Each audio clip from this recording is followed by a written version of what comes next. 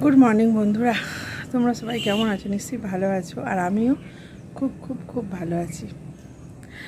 আর আমি শম্পা ব্লগসে তোমাদের অনেক অনেক স্বাগত।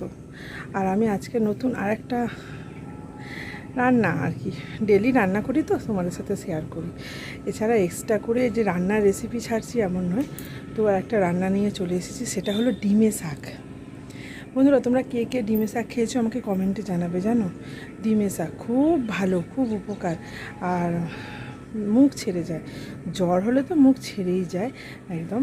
তো ডিমে শাক আর তো আলু বেগুন বড়ি দিয়ে বাড়িতে চচ্চড়ি করে দেখবে, খুব ভালো খেতে হয়। আমি করেছি আজকে, তোমাদের দেখাচ্ছি যে কিভাবে করে। আলু বেগুন পেঁয়াজ আর বড়ি দিয়ে, আর কিচ্ছু, সিম্পল, কোনো মশলা লাগে না, পাঁচফোড়ন লঙ্কা ছাড়া কোনো মশলা লাগে না। আমি আজকে বানিয়েছি, তো তোমাদের সাথে সেটাই শেয়ার করবে। চলো দেখো রান্নাটা, সবটা পুরোটা দেখবে, বুঝেছো? স্কিপ করবে না, আমার ভিডিও স্কিপ করবে না, আর পুরোটা দেখো। চলো আজ বানাবো ডিমে শাক। বন্ধুরা, ডিমে শাক দেখো, শাকটা কীরকম দেখতে। তোমাদের সবাই বাড়ির আশেপাশে এই শাক হয়ে আছে, দেখেছো? এই শাক।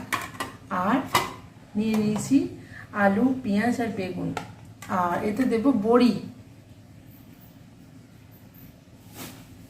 এতে বড়িও দিতে লাগবে। বড়িটা পরে ভাজা ভাজা করে নেব, ভালো করে। চলো রান্না করি।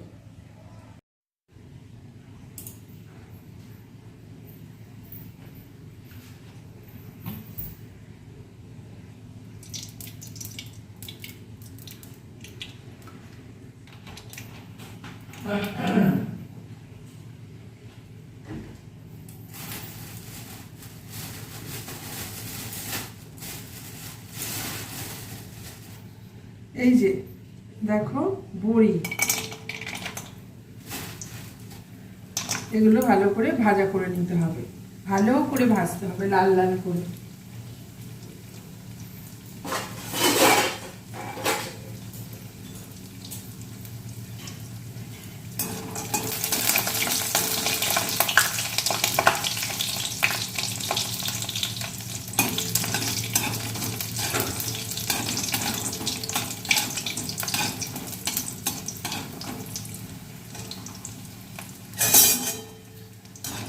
দেখো লাল লাল হয়ে গেছে বন্ধুরা, দেখেছো?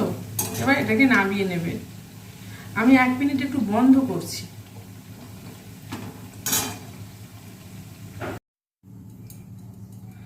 চলো, পাঁচফোড়ন আর একটা কাঁচা লঙ্কা ফোড়ন দিয়ে দিলাম।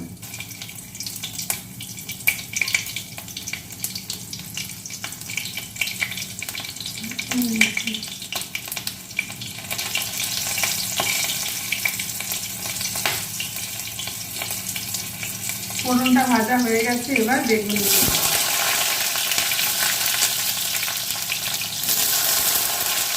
পেঁয়াজ,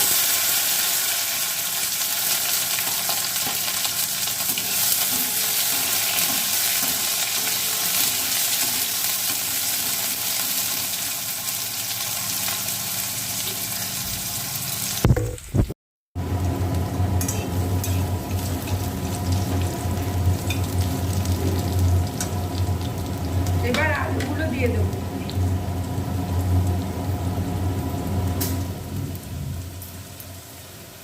এবার চলো আলুগুলো দিয়ে দিই।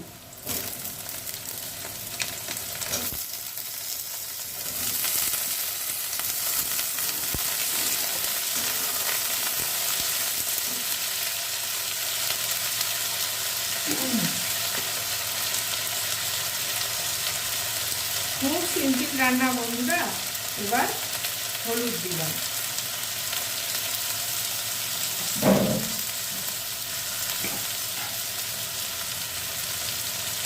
আর একটু নুন দিলাম। এবার ভালো করে এটাকে ভাজা ভাজা করে নিতে হবে।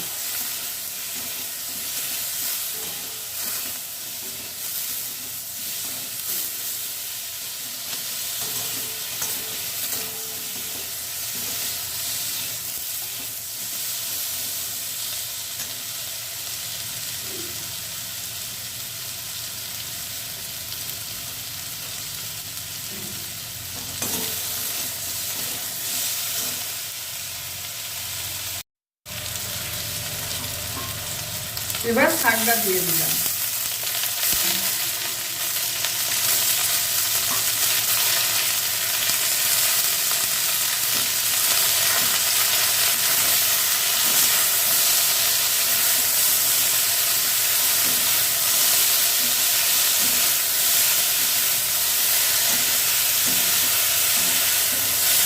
আলু পেঁয়াজ দিয়ে ভাজাও দারুণ লাগে বন্ধুরা, আলু পেঁয়াজ দিয়ে ভাজাও দারুণ লাগে, শুকনো ভাতের সাথে দারুণ লাগে।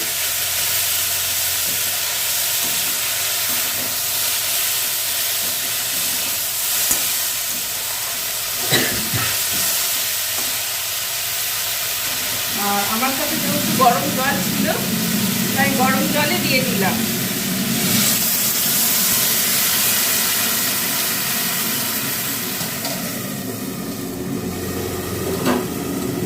চলো আসছি আর একটু পরে।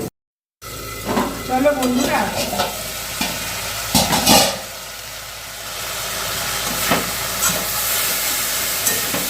দেখো হয়ে গেছে।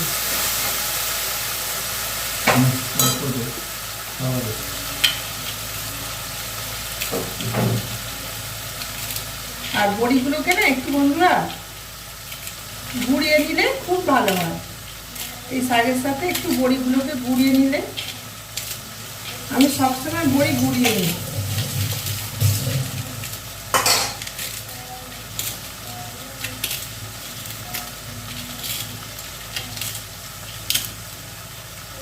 দেখো বড়িগুলো গুঁড়িয়ে নিয়েছি, ঠিক আছে। এবার একটু ভাজা ভাজা করে নিতে হবে। এই শাক তেতো জিনিস সবসময় ভাজা ভাজা করে নিতে হয়, মানে শুকনো শুকনো।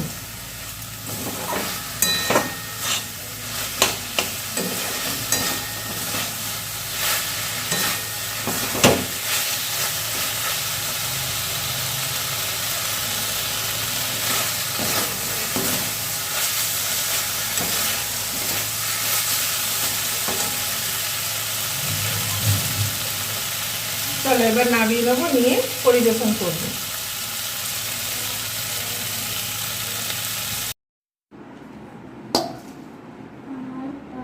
চলো গরম ভাত আর ডিমের শাক চচ্চড়ি, দেখেছো? গরম ভাতের সাথে পুরো জমে যাবে। আর এই যে